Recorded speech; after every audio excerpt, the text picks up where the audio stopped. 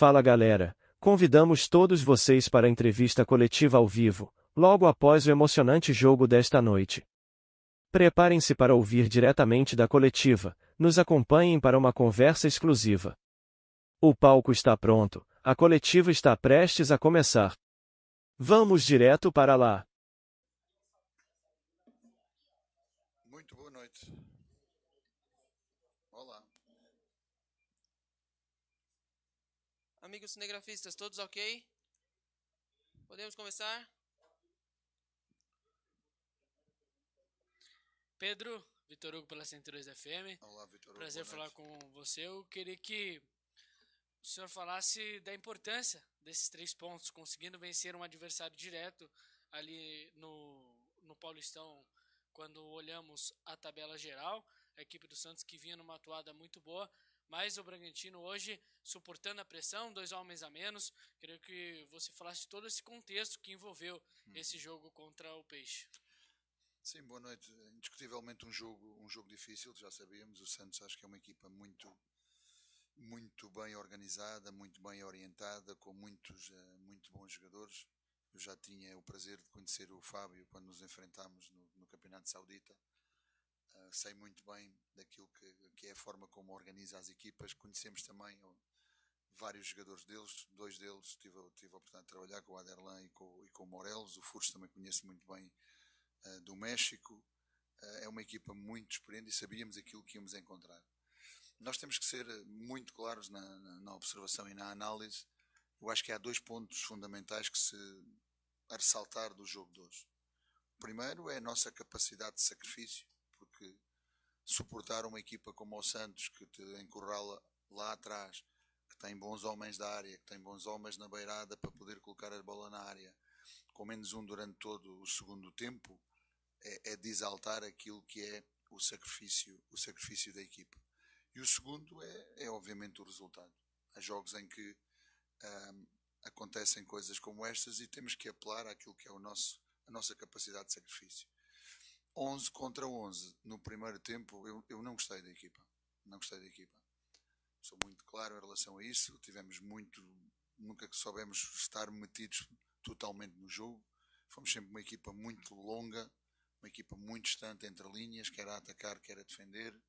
Chegou muitas vezes nos últimos 30 metros, sim, mas não teve agressividade na última zona, não teve presença na área. Teve uma jogada muito bem definida que dá o golo e praticamente não tivemos mais, a não ser aquela bola do Tiago na segunda parte, nas costas, que ele ganha ao zagueiro e depois tem cruzada, que praticamente é uma grande oportunidade para fazer o 2-0. Fora isso, não tivemos mais nada. Antecipadamente, a outra coisa que não nos gostou de maneira nenhuma e que já vem sendo repetitivo, o ano passado também aconteceu no Paulistão. A verdade é que sim, logo nos primeiros jogos, onde praticamente os primeiros 3 ou 4, se não estou em erro, acabávamos sempre com menos um jogador, e agora foi no fim. 3 jogos, 4 expulsões. Há coisas que eu não posso permitir, há coisas que têm que estar debaixo do nosso controle, e quando assim é, quando nós controlamos, temos que saber controlar efetivamente tudo isso. Depois há a ressaltar outras coisas muito positivas. É o quarto jogo que a equipa não sofre golos. Fazemos 21 pontos com mais um jogo por disputar, o que quer dizer que temos a primeira posição e temos mais um ponto do Paulistão do ano passado, e agora já podemos soltar-nos de todo para pensar no próximo jogo da quarta-feira, que é neste momento o mais importante. Como viram, nós valorizamos muito este jogo e começámos só com uma diferença em relação ao jogo anterior de terça-feira, com 2 alterações, um de um jogador que já não está e outra de um jogador que vem recuperando o seu nível e que não era de todo aconselhável iniciar o jogo. Então fomos all in, da mesma maneira que vamos no próximo também all in, porque sabemos a importância destes primeiros 90 minutos naquilo que será a eliminatória, que definirá quem seguirá para a Libertadores e quem seguirá para a Sul-Americana. Boa noite, Pedro. Leonágia da Rádio Futebol Total. Eu queria falar sobre as expulsões. São 13 jogos, 5 jogadores expulsos. Se você acha esses números altos ou se está dentro de uma raça ok. E o que fazer para diminuir essas expulsões? Eu acabei de dizer, aquilo que está do nosso controle tem que ser do nosso controle. Não me parece, mas não me cabe a mim ajuizar sobre isso, mas posso obviamente comentá-lo, que a expulsão do Borba, ou pelo menos aquela situação, seja tão clara para segundo amarelo que dita mais uma expulsão. Agora as outras 3, a do Elinho em São Paulo, a do Talisson da forma como entrou naquele lance, e hoje aqui a do Luan, está debaixo do nosso controle, isso temos que evitar. E tem que ser muito mais persuasivo nesse sentido. A equipa não pode ser tão penalizada por ficar com o jogador a menos por ações irrefletidas e ações mal medidas na forma como nós as abordamos. Né? Boa noite, Pedro. Mário do Correio de Atibaia. Ontem a Inter de Limeira segurou a classificação para as quartas de final. Né? Como que você analisa a Inter de Limeira, uma equipe muito tradicional do interior de São Paulo, já foi campeão paulista em 86, e como que você também planeja essa última rodada? O Bragantino vai enfrentar o Guarani no Brinco de Ouro da Princesa e com o Guarani numa situação muito complicada, brigando brigando contra o rebaixamento, né, para a Série A2. Como que você vê esse calendário para o Bragantino? Vejo bem, desde fevereiro, ou melhor, desde o final de janeiro, que nós perdemos aqui com o Palmeiras, cada jogo era uma final. E quando cada jogo é uma final, o nosso foco competitivo aumenta, o nosso hábito de ganhar, a nossa vontade de ganhar aumenta, porque estamos continuamente a ter que ganhar, e se não ganharmos, damos passos atrás, e então tem sido muito importante para manter esse foco. Eu teria todo o prazer em falar-lhe sobre o Inter Limeira, nós acompanhamos a equipa, obviamente, se ainda ontem tive a oportunidade de ver parte do jogo, nós fizemos até aqui um jogo no final da primeira semana contra eles, porque sabíamos que eles estavam no nosso grupo, e a possibilidade de enfrentá-los seria só nestas instâncias. Eu teria também todo o gosto em falar do Guarani, mas a minha preocupação está na organização, imagino, do treino da manhã, porque eu não esperava ter que tantos jogadores com tanto minuto, tanto minuto com um jogador a menos. Então a minha preocupação está no treino da manhã. Treino da manhã pensando no jogo de quarta-feira. Nós pensamos sempre dessa maneira, então o foco está no treino da manhã, treino depois da manhã, viagem e foco total no jogo de quarta-feira. Boa noite, Pedrão, Álvaro Ribeiro, TV Altiora. Com a saída do Léo Ortiz, o miolo de zaga, fico com aquela dúvida qual seria a formação melhor desse miolo de zaga. E hoje, na segunda etapa, quando o time precisou sofrer, a zaga se deu bem, mesmo com a expulsão do Luan Cândido, que tem sido preferido ali naquele setor para formar a zaga com outros heróis, o Léo Alpel, com o Lucas Cunha. A avaliação dessa formação que você teve, principalmente na segunda etapa, quando o time do Red Bull teve que sofrer e saber se defender. Sim, eu gostei da forma como eles se entregaram ao jogo. Apesar do Santos ter chegado muitas vezes dentro da nossa área e com perigo, às vezes até tinha ali um ou outro jogador livre para poder atirar e rematar ao nosso golo. Eu gostei da forma como a equipa contrária chegava na beirada e nós muito bem estávamos na referência de marca, bola e adversário, mas muito claramente sobre o adversário. Isso fez com que jogadores como o Fures, que eu conheço e são letais na área, como o próprio Morelos, que tem muita capacidade e agressividade também de chegar nessas zonas e definir os jogos. E então o trabalho da zaga, mas o trabalho no todo, não é fácil estar com -1, não é fácil estar com -2, mesmo ainda com alguns minutos por jogar.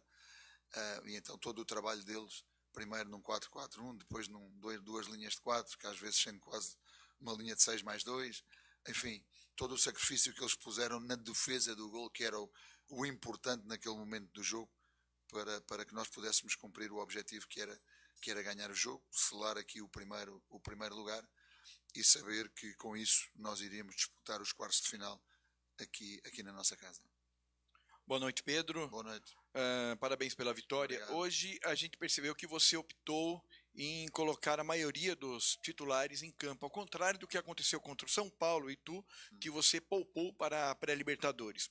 Queria saber qual foi a intenção, se é porque você vai ter um pouco mais de tempo para poder prepará-los também, jogando na quarta-feira, e como compor agora a zaga com Léo Ortiz já no Flamengo, né? A gente sabe que o Léo Ortiz vai fazer a diferença na partida. O que você já está pensando para isso? Olha, primeiro, quando tudo se concretizar, obviamente o agradecimento ao Léo, em termos do grande profissional que ele foi e representou aqui. Nós temos um lema, e eu falei isso hoje com os jogadores, de que por cada um que cai, outro se levanta. O Léo já não está connosco, agradecemos todo o tempo que teve, já não é a nossa preocupação, nem muito menos estarmos a lamentar de ter o Léo ou deixar de ter o Léo. É sim valorizar aqueles que cá temos. E aqueles que cá temos dão-nos totais garantias, tendo em conta que, por exemplo, o DG hoje ainda estava a recuperar, foi o último dia, já treinou nos não relacionados, a recuperar da lesão que foi alvo no jogo do Ituano, e o Eduardo, que vai começar já amanhã, aquilo que é o processo de transição, também para estar disponível connosco. Então são esses os zagueiros que nós temos. Por cada ciclo que se fecha, outro se inicia e a vida continua. Cada um continua a vida na sua direção e no caminho que traça. E é isso que nós fazemos. Eu nunca fui de estar preocupado de não ter o A, o B ou o C. Não tenho o A, vou com o B, não tenho o B, vou com o C. E é nesse sentido que eu quero que todos sintam que são importantes para este processo, para este projeto. Hoje decidimos que aqueles que jogaram maioritariamente na terça-feira, e não estou a rotular dos mais titulares ou menos titulares, pudessem também repetir o jogo hoje, porque eu acho muito importante, em determinados momentos, quando é possível, quando entendemos que seja possível, que a equipa tenha uma continuidade. Alterar muito a equipa pode ajudar em termos físicos, mas não ajuda de maneira nenhuma em termos de associações e de micro-sociedades que a equipa também vivem. Então, foi por isso que nós o fizemos. Fizemos pensando nisso. Desculpe que o contradiga, mas o tempo é o mesmo que temos nos anteriores, são 3 dias. Ou temos 3 dias ou temos 4 dias, são 3 dias que temos. Tivemos sim mais tempo do jogo anterior para este jogo. E agora é pensar, é analisar muito bem. Amanhã já há muitos jogadores que eventualmente eu estaria no plano e já tive que o reformular todo. Não vão treinar, vão recuperar.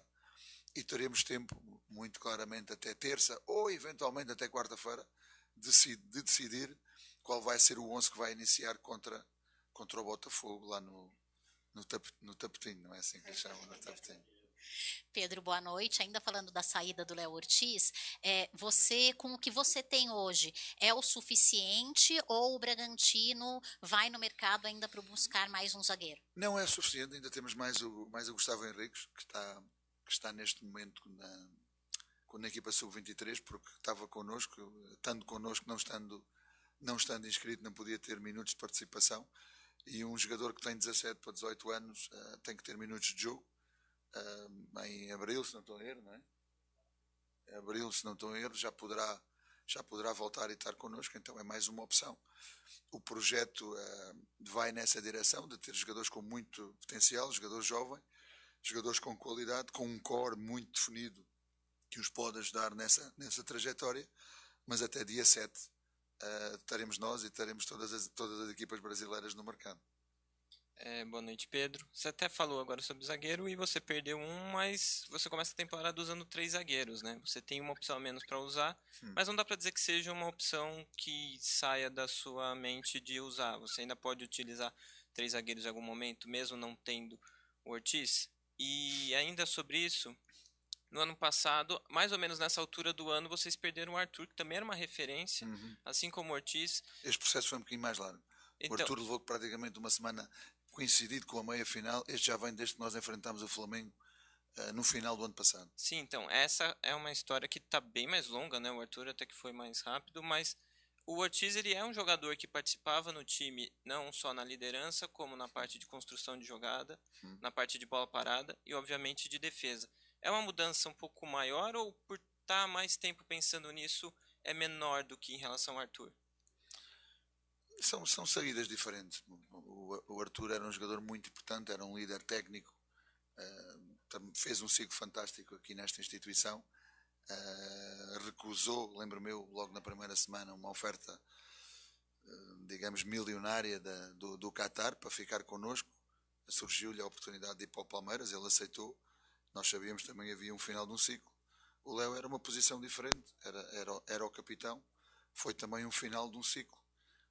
Naquele momento, quando saiu o Arthur, nós encontramos outras soluções que já curiosamente estavam em casa, como foi o caso do Elinho e outros, é importante ter estes ciclos preparados também para quando saem jogadores desta envergadura, que têm esta importância na equipa, eles possam ser colmatados, sejam lideranças técnicas, sejam lideranças de capitania ou de qualquer outro tipo de lideranças. E nós o que temos é que encontrar soluções e dar confiança àqueles que cá ficam, porque acreditamos de facto muito neles e vamos continuar a trabalhar em frente para, se a equipa ou as características dos jogadores não nos permitem ter as mesmas tarefas que esses jogadores tinham ou desempenhavam dentro do campo, que possamos ter outras, mas que ao final também possam ter o mesmo resultado e a mesma eficácia. É isso que nós queremos, esperamos e vamos continuar a trabalhar. Boa noite, Pedro. Lucas Leme, da Rádio Futebol Total. Pedro, sobre a partida contra o Botafogo, gostaria de saber o que você imagina de planejamento para essa partida, visto que é uma decisão. E do lado do Botafogo, tem grande chance do técnico ser o Fábio Matias, que estava no clube, e acredito que teve treinos, que vocês fizeram jogos treinos com a equipe dele. Você acha que isso pode ajudar de alguma forma a entender melhor esse Botafogo e esse time do Fábio Matias para o duelo de quarto?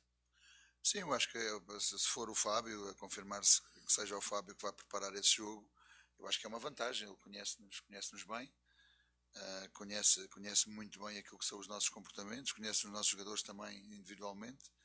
É verdade que muitos dos jogadores deles, tal como ainda hoje em dia, continuam a trabalhar connosco, e amanhã, por exemplo, quando temos um grupo mais reduzido, eles vão fazer parte do nosso treino, e fizemos também muitos treinos contra a equipa sub-23. Então, sim, eu penso que é uma vantagem, mas a forma como nós vamos preparar o jogo e a forma como nós queremos preparar esse jogo só está dentro da minha cabeça. E acho que nesse particular, acho que o Fábio nem ninguém ainda conseguem lá chegar.